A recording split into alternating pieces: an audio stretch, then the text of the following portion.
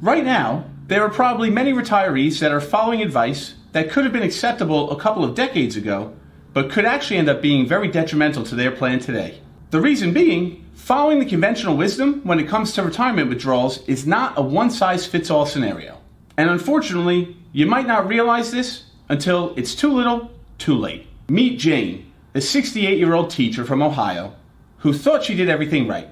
She accumulated over $1 million in her 403b over the course of her career. She followed advice that had been given to her at some point, which was to spend down her taxable assets first and let her 403b continue to grow.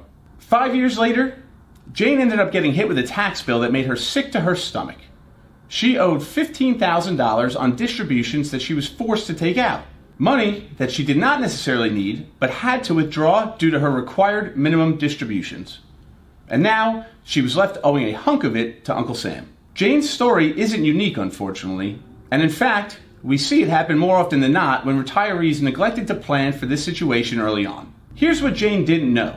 There's a mandatory withdrawal rule called required minimum distributions, which occurs at age 73 as it stands today.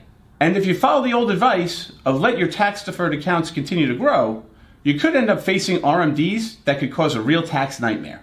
But here's where things get interesting, and might actually completely change the way that you think about retirement planning today.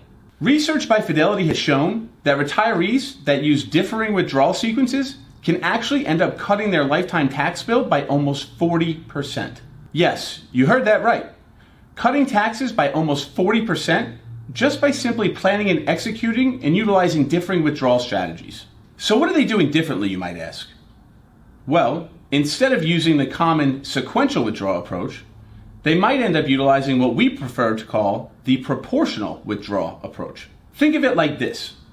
If your taxable investments equate to 30% of your overall holdings, your pre-tax investments equal 50% of your overall holdings, and your Roth investments equal 20% of your overall holdings, you end up withdrawing proportionately across the three different types of accounts.